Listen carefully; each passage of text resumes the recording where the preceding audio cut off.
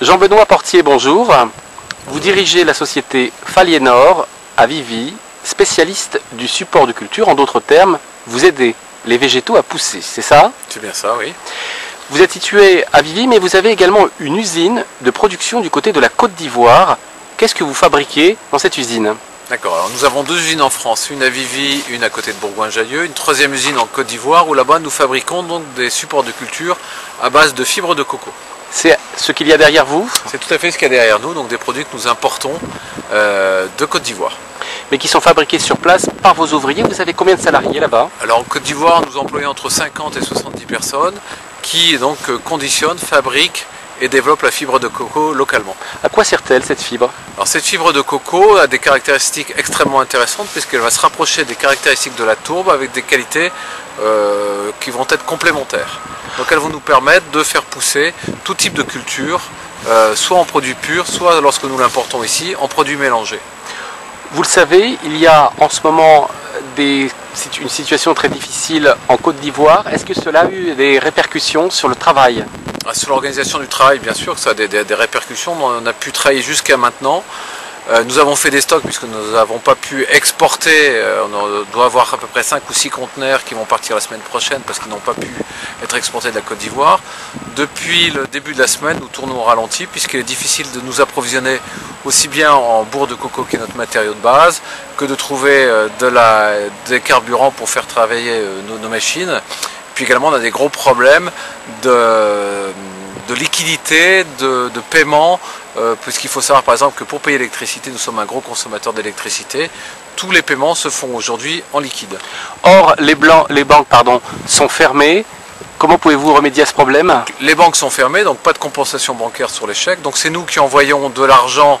Nous avons trouvé quelques intermédiaires à qui nous pouvons verser de l'argent ici en France et qui eux nous reversent l'argent en CFA, en liquide là-bas. Je rappelle que c'est un procédé tout à fait légal, bien sûr. Aujourd'hui, est-ce que l'usine en question est en arrêt de travail? Alors c'est ce que font toutes les entreprises, même les grands groupes français, c'est ce qu'ils font aujourd'hui. Il faut savoir par exemple que pour payer l'électricité, ça se fait en cash là-bas. Payer un billet d'avion, vous ne pouvez le payer qu'en cash, il n'y a plus aucune transaction bancaire.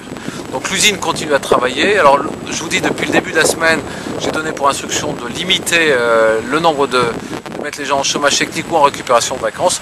On fait de la maintenance en attendant qu'on retrouve une meilleure situation, puisqu'il faut savoir quand même que le niveau d'insécurité est tel aujourd'hui que le pays ne retourne pas encore. À titre d'exemple, je devais y aller lundi prochain, j'ai décalé mon voyage. Mais j'imagine que vous avez eu vos cadres au téléphone. Qu'est-ce qu'ils vous ont dit? Je les ai quotidiennement, voire plusieurs fois par jour au téléphone. Ceci par exemple, un de mes cadres, le responsable de l'usine qui est sur Abidjan, avait quitté l'usine il y a maintenant une dizaine de jours et était bloqué à Abidjan depuis 10 jours, il n'a pas pu rentrer chez lui. Donc ils sont relativement inquiets et en même temps très confiants sur le futur du pays, parce que je pense que là, même si le pays a subi une grave crise, l'Ivoirien est optimiste par nature, n'est pas belliqueux non plus et qu'on va repartir sur des bonnes bases. Ceux qui sont là-bas et qui travaillent pour vous ont-ils raconté des faits d'armes auxquels ils ont été témoins? Alors sur Abidjan, oui, sur notre usine qui est située à 80 km d'Abidjan, il n'y a pas eu de souci. À la limite, ils étaient complètement inconscients et n'avaient pas de connaissance de ce qui se passait pour Abidjan, puisque les échanges de mails que j'avais avec eux quotidiennement montraient qu'ils n'étaient pas vraiment au courant de ce qui se passait. Sur Abidjan, oui. Et qu'est-ce qu'on vous a raconté? On a raconté une situation extrêmement difficile, une ville dévastée par endroits, des pillages, des morts. Je veux dire, c'est une situation qui est très douloureuse pour eux et très douloureuse pour moi également, puisque c'est un pays qui me tient à cœur. Parlons d'avenir. Je crois que vous avez des intentions de développement là-bas, voire même d'une nouvelle usine, une usine en plus. Oui, je devais y aller d'ailleurs lundi prochain. J'ai décalé mon voyage comme je vous l'ai dit, parce que la sécurité n'est pas présente aujourd'hui, mais on a des vrais développements puisqu'on a un partenariat avec une société canadienne. Il faut savoir que même en termes de support de culture, sur la première usine, si on était capable de produire 10 fois plus, on pourrait tout vendre. On est sur l'ouverture d'une deuxième usine de l'autre côté d'Abidjan. Là, nous sommes à Sidi, à l'est d'Abidjan. On est sur un projet d'ouverture d'une deuxième usine pour des projets d'export sur la France et sur le Canada, pour des assainissements individuels. Combien de salariés, combien d'embauches? Bon, je crois qu'on partira comme de l'autre côté, entre 30 et 50 salariés. Est-ce que ça veut dire que la société Faliénor de Vivy va très bien? Bon, c'est pas lié à ça, parce qu'il faut savoir qu'aujourd'hui la Côte d'Ivoire reste toujours un centre de coût, c'est vraiment pas un centre de profit. bien qu'on ait pu développer d'autres activités avec ce produit-là.